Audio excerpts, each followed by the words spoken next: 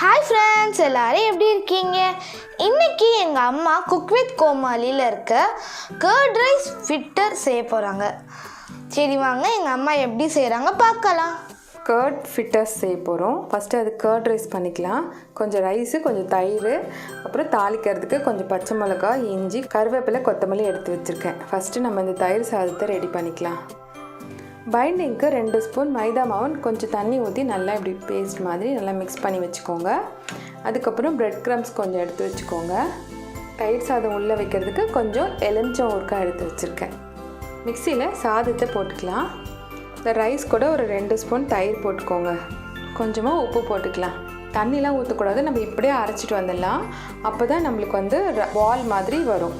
தயிர் சாதத்தை நல்லா அரைச்சாச்சு. இப்போ நம்ம இந்த பவுலில் போட்டுக்கலாம். தாளிச்சிடலாம். இந்த தயிர் சாதத்தை தாளிச்சிடலாம். கொஞ்சமாக எண்ணெய் போட்டுக்கோங்க. கொஞ்சம் கடுகு போட்டுக்கலாம்.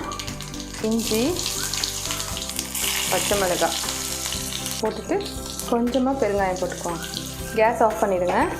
கொஞ்சமாக கருவேப்பிலையும் கொத்தமல்லியும் போட்டுக்கலாம். இது தாளிச்சதை இப்போ தயிர் சாதத்து கூட கொட்டிக்கலாம். கையில் கொஞ்சம் எண்ணெய் போட்டுட்டு இந்த மாதிரி ஒரு ஸ்பூன் எடுத்துக்கலாம்.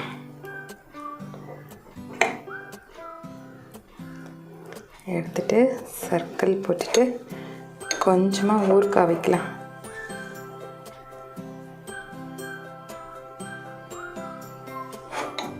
இப்போ இப்படியே க்ளோஸ் பண்ணி விட்டுடலாம்.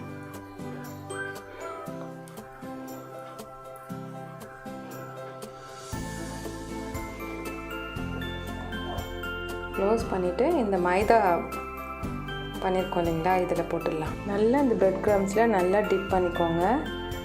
அப்போ தான் வந்து நம்மளுக்கு வந்து எண்ணெயில் போடும்போது அழகாக பால் ஷேப்பில் வரும்.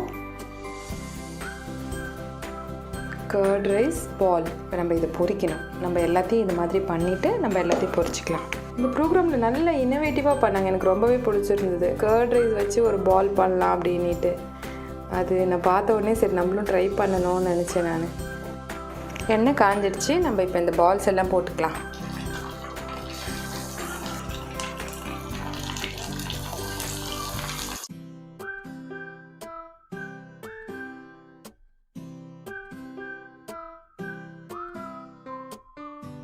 நல்லா அழகாக வந்திருக்கு பார்த்தீங்களா? நல்லா எல்லா சைடும் வந்து அழகாக கிறிஸ்பியாக இருக்குது பார்க்கவே. நம்மளோட கர்ட் ரைஸ் ஃப்ரிட்டர் ரெடி ஆகிடுச்சு. இப்போ நம்ம கட் பண்ணி பார்க்கலாம்.